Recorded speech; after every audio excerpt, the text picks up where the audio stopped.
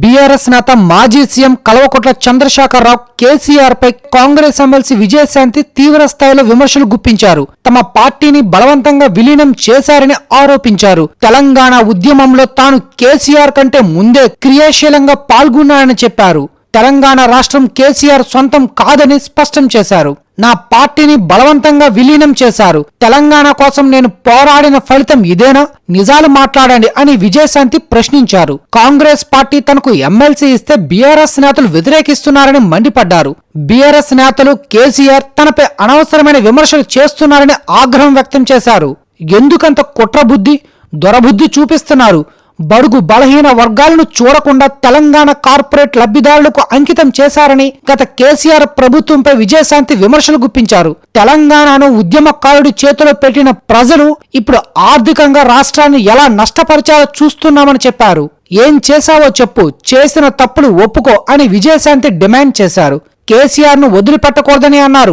లక్షలాది మంది ప్రజల ఆశయాలను మోసం చేసి లక్షల కోట్ల రూపాయలు సంపాదించారని ఆరోపించారు. 7.5 లక్షల కోట్ల అప్పు చేసింది ఎవరు అని విజయశాంతి నిలదీశారు. తెలంగాణ ప్రజల ప్రయోజనాలను కాపాడమే తన ధ్యేయమని అన్నారు. ఈ క్రమంలో భవిష్యత్తులో రాజకీయంగా మరింత దూకుడుగా వ్యవహరించనున్నట్లు ఆమె సంకేతాలిచ్చారు. మరోవైపు బీజేపీ పైన విమర్శలు గుప్పించారు విజయశాంతి.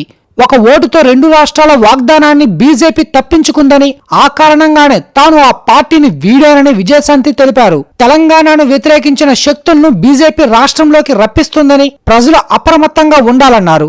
మాజీ సీఎం కిరణ్ కుమార్ రెడ్డి తెలంగాణను వ్యతిరేకించారని, అలాంటి వ్యక్తి ఇప్పుడు బీజేపీలో ఉన్నారని చెప్పారు. కేంద్ర మంత్రి, తెలంగాణ బీజేపీ అధ్యక్షుడు కిషన్ రెడ్డి, కిరణ్ కుమార్ రెడ్డి మంచి స్నేహితులని విజయశాంతి చెప్పారు. కాంగ్రెస్ ఎమ్మెల్సీ విజయశాంతి తీవ్ర స్థాయిలో విమర్శలు గుప్పించారు. తమ పార్టీని బలవంతంగా విలీనం చేశారని ఆరోపించారు. తెలంగాణ ఉద్యమంలో తాను కేసీఆర్ కంటే ముందే క్రియాశీలంగా పాల్గొన్నానని చెప్పారు. తెలంగాణ రాష్ట్రం కేసీఆర్ సొంతం కాదని స్పష్టం చేశారు. నా పార్టీని బలవంతంగా విలీనం చేశారు. తెలంగాణ కోసం నేను పోరాడిన ఫలితం ఇదేనా?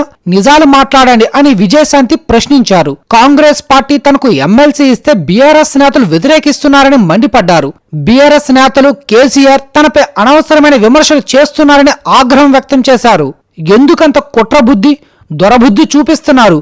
బడుగు బలహీన వర్గాలను చూడకుండా తెలంగాణ కార్పొరేట్ లబ్ధిదారులకు అంకితం చేశారని గత కేసీఆర్ ప్రభుత్వంపై విజయశాంతి విమర్శలు గుప్పించారు. తెలంగాణను ఉద్యమకారుడి చేతిలో పెట్టిన ప్రజలు ఇప్పుడు ఆర్థికంగా రాష్ట్రాన్ని ఎలా నష్టపరిచారో చూస్తున్నామని చెప్పారు. ఏం చేశావో చెప్పు, చేసిన తప్పులు ఒప్పుకో అని విజయశాంతి డిమాండ్ చేశారు. కేసీఆర్ ను వదిలిపెట్టకూడదని అన్నారు.